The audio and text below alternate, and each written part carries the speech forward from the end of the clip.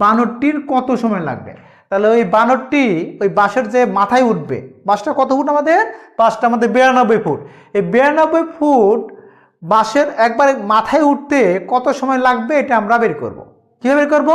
আমরা একটা শর্টকাট একটা সূত্র প্রয়োগ করব, যে সূত্রের মাধ্যমে আমরা সহজে বের করতে পারবো। তো সূত্রটা কি দেখো, তাহলে সময় লাগবে। সূত্র হচ্ছে সম্পূর্ণ বাঁশের দৈর্ঘ্য। তাহলে আমাদের সম্পূর্ণ বাঁশের দৈর্ঘ্যটা কত দেওয়া আছে? সম্পূর্ণ বাঁশের দৈর্ঘ্য দেওয়া আছে আমাদের 92 ফুট। তাহলে আমাদের সম্পূর্ণ বাঁশের দৈর্ঘ্য 92 ফুট। বিয়োগ কি করবো আমরা?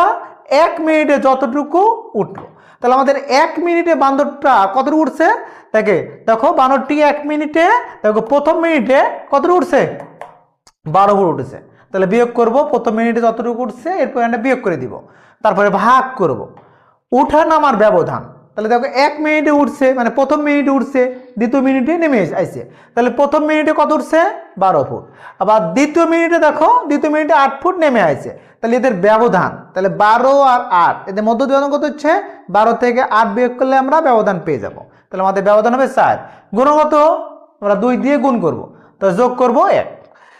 তাহলে আমাদের সম্পূর্ণ বাঁশের দৈর্ঘ্য, তাহলে সম্পূর্ণ বাঁশের দৈর্ঘ্য কত আছে আমাদের? সম্পূর্ণ বাঁশের দৈর্ঘ্য কত আছে আমাদের?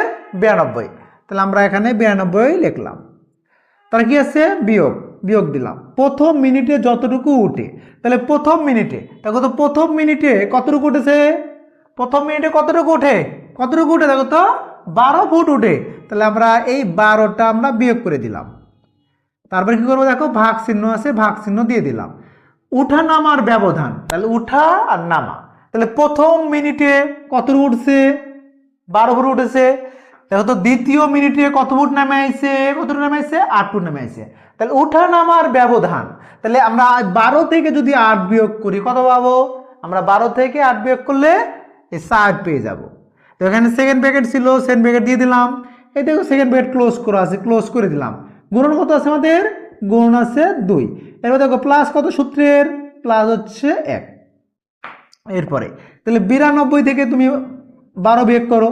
তাহলে 92 থেকে 12 বিয়োগ করলে তো হবো, তাহলে 2 থেকে 2 বিয়োগ করলে 0 হয়, হাতে কিছু নাই।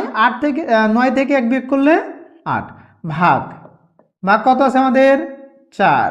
Bracket open, bracket close. গুণ কত আছে? হতো গুণ আছে আমাদের 2। এরপরে দেখো যোগ আছে। যোগ কত আছে আমাদের? যোগ আছে 1। তাহলে এই 80-কে যদি আমরা 4 দিয়ে ভাগ করি, তাহলে 80-কে যদি আমরা 4 দিয়ে ভাগ করি কত পাবো? 80-কে 4 দিয়ে ভাগ করলে পাবো আমরা 20। দেখো তো গুণন কত আছে আমাদের? গুণন আছে 2।